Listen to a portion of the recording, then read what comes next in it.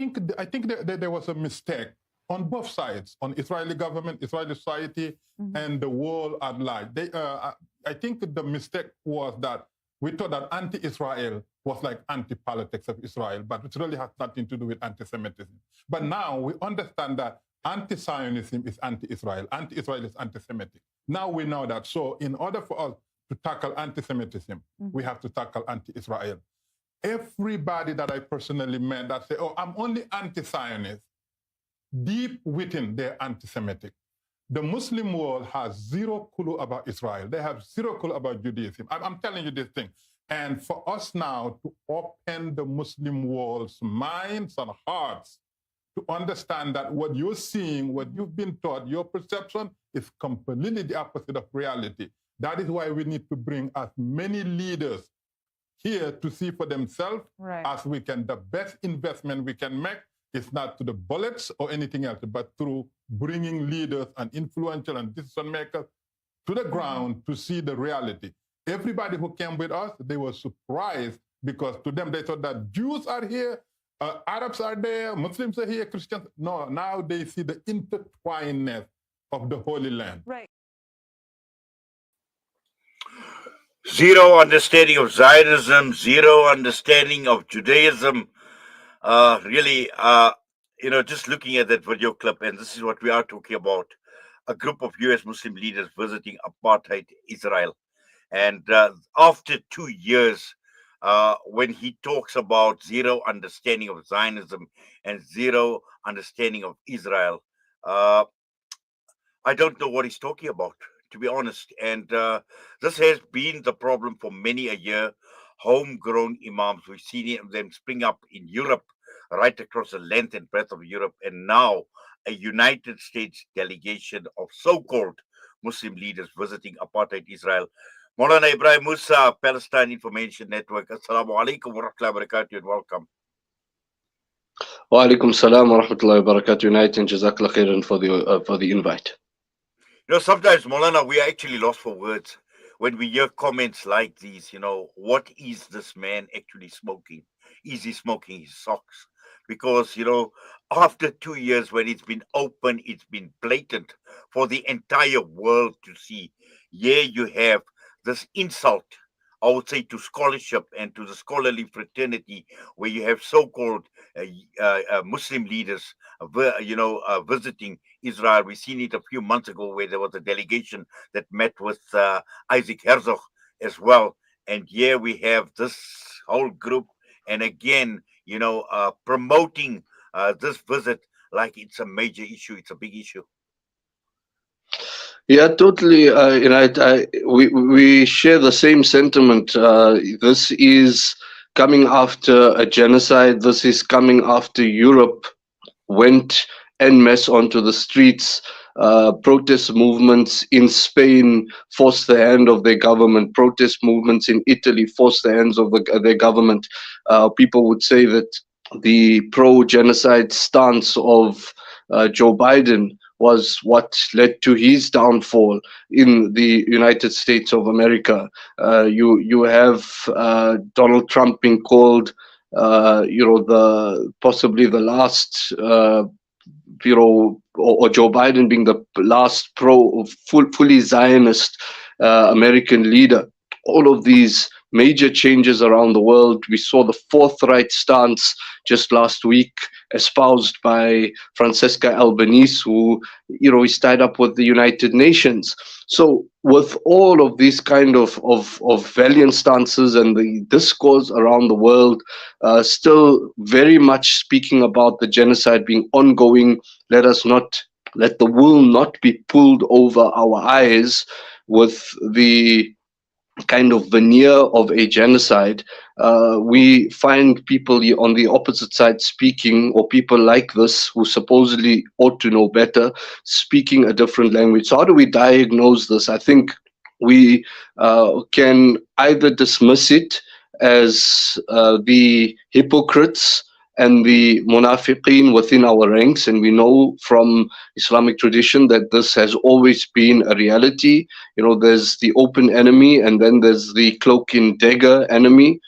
or we could just look at this as also the last kicks of a dying horse from the Israeli side, just getting anybody who's willing to sell themselves for the cheapest dollar to be able to speak the talking points that they want at a particular time.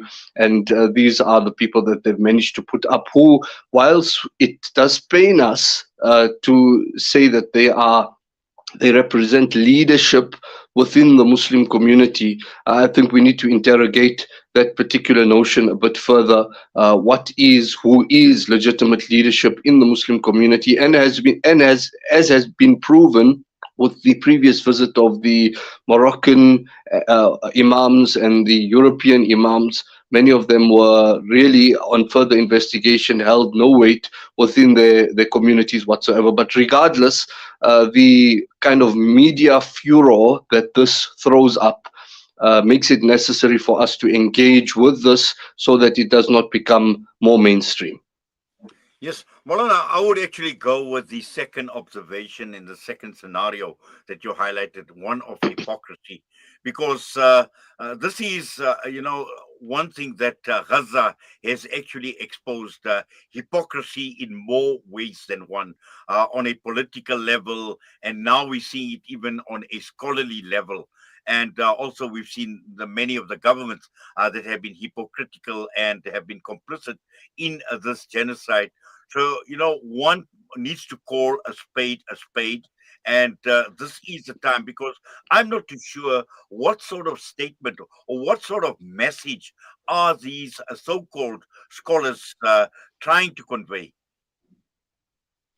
I think the word is hypocrisy. If we were to go with that designation, the word is betrayal as well. And one could look at this concept of khiyana, or betrayal, in multiple senses. You have now in the Gaza Strip the Israelis cultivating gangs who are operating in the 58% of Gaza that's under full direct Israeli occupation, and they are doing all the dirty work of Israel. That's betrayal. That's widely recognized in Palestinian society. You would have the likes of Egypt and the likes of the United Arab Emirates at its helm, and we've spoken a lot about the United Arab Emirates in recent days with the parallels between Gaza and Sudan. That represents basically the epitome of such betrayal at current times. We have those who claim to be mediators for the Gaza truce, like Qatar and like Turkey. While it's a bit more complex here, the fact is that they've played a very strong hand in pressurizing the resistance, but not matching that kind of pressure on the occupier itself, effectively becoming a way to rubber stamp the designs of the oppressors.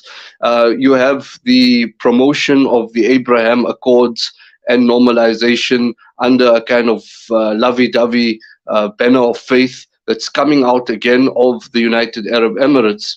And then you have imams or leaders or certain public figures or influencers from around the world who are embarking on these particular trips at such a sensitive time, when the moment is ripe to be able to complete the isolation of Israel that has been crystallized by this particular genocide. And here you have people trying to salvage the Israeli image in such a critical time. But what then is important to note here is the link between all of these particular strands, one ideologically, one in terms of psychologically being defeated, a defeatist mentality, a person who is already intellectually defeated would embark on such initiatives.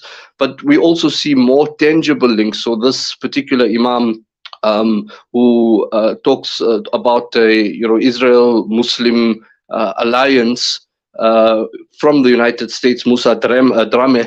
If one has to look at his page, there's a lot of focus on the United Arab Emirates, and the United Arab Emirates as being the bulwark against so-called extremism and the so-called Muslim Brotherhood strain of thought in the Middle East, which is just a synonym for political Islam and people standing forth for justice. So there's a very clear link between him and UAE figures.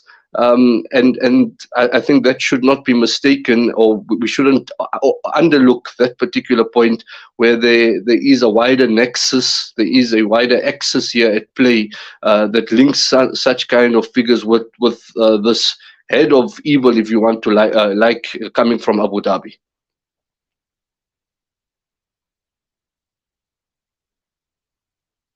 In this day of social media, it just becomes so easy to connect the dots. And now that you speak about the links with the likes of the United Arab Emirates, one is never ever surprised. I'm just looking at some of the comments that have come through. I've got a comment out of Mauritius from Rufaida talking about never stop talking about Palestine. Mauritius will always support Palestine. Then so many Munafik in Mauritius as well. And so also talking about the US embassy that has been built in Mauritius. You can see clearly that none in speaking on this matters. And then there's one horrible comment which I'm not going to read out from Easy Israel because apparently it's very, very crude and we don't use that type of language right here on Salam Media. But nevertheless, Moulana, I think, obviously the world has woken up to this, and the world cannot be fooled by these visits. And despite even mainstream media promoting these visits, interviewing the so-called scholar and trying to promote, whatever objectives they have or whatever the agenda is behind it, at the end of the day, the world is not fooled anymore. Yes, so I would try to focus this inward. Unite. I think this poses a threat to the Muslim community and the Islamic scholarly tradition, because the integrity of the scholarly tradition demands unambiguous solidarity with the oppressed and uncompromising rejection of any form of complicity with the aggressor, and scholars should be leading. And therefore, when we find pseudo scholars claiming to speak in the name of Islam and embarking on such brazen junkets, it's obviously those who truly believe that they are the inheritors of the prophetic tradition. They should speak forth very forthrightly against this and make the atmosphere such that nobody dares to do that. We saw within, for example, this is not the scholarly fraternity, but within South Africa, there are attempts. They've already done it with political parties, but trying to fracture the Mandela family as well by sponsoring people within the Mandela family to be able to counter the very positive impact of people like Mandla Mandela. And let's not then be kind of naive to think that attempts will not be made within our own scholarly formation in South Africa or Southern Africa. It's already happened with imams from Rwanda not too long ago. So I'm urging, number one, vigilance. Number two, one also has to note that sometimes, a lot of times actually, this is coming from a position of the entire interfaith movement.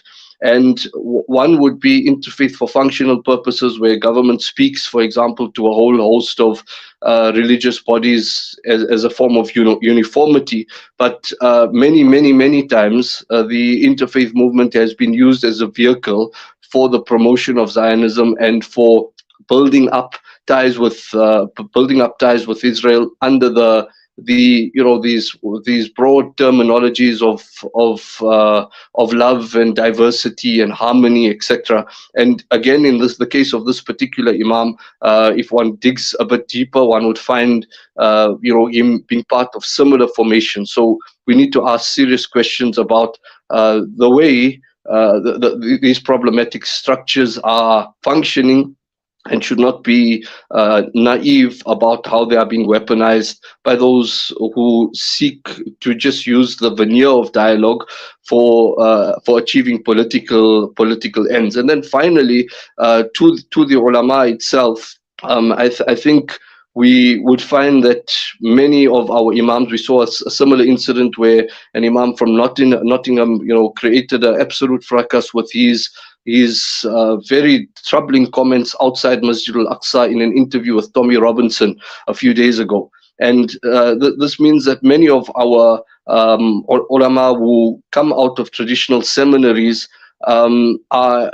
educated on a variety of very important aspects of our deen, but when it comes to issues like Palestine and Zionism, they are totally in the dark, or general political awareness. And therefore, it's important for our seminaries to be able to provide basic media training and develop in our graduates a solid understanding of the history of Zionism and the contemporary geopolitics of the Muslim world. And shutting politics out from our discourse will only not result in people becoming apolitical, but as we've seen in many of these cases, people thinking that they're apolitical, but taking very anti-Umatic stances that cause so much humiliation for us on a global scale. Well, Moulana, Jazakallah khairan so much for that. And I must say that we are truly blessed to have someone like yourself who has a vision, who has a foresight. And I think what you mentioned is absolutely important and critical that our scholarly fraternity need to take note of. It's about education. It is about having the foresight. It is about being vigilant as well. And also at the same time, being very, very media savvy. And this is actually needed at this point in time because we know that the forces against us are obviously will try to be a step ahead of us, and obviously we need to beat them at their own game. But Moulana, Jazakallah so much for that and for your time with us this morning right here on Salam Media. Assalamu alaikum wa rahmatullahi wa barakatuh. Wa alaikum salam wa rahmatullahi wa barakatuh. Yes, Moulana Ebrahim Moosa with us this morning, and I think we froze for some reason or the other on that video, but we do apologize for that.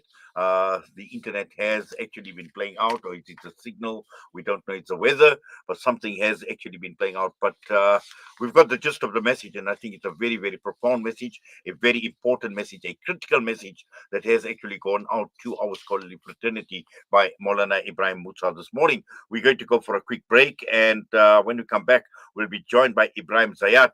Lebanon's president has ordered the army to confront Israeli forces after their deadly border incursions.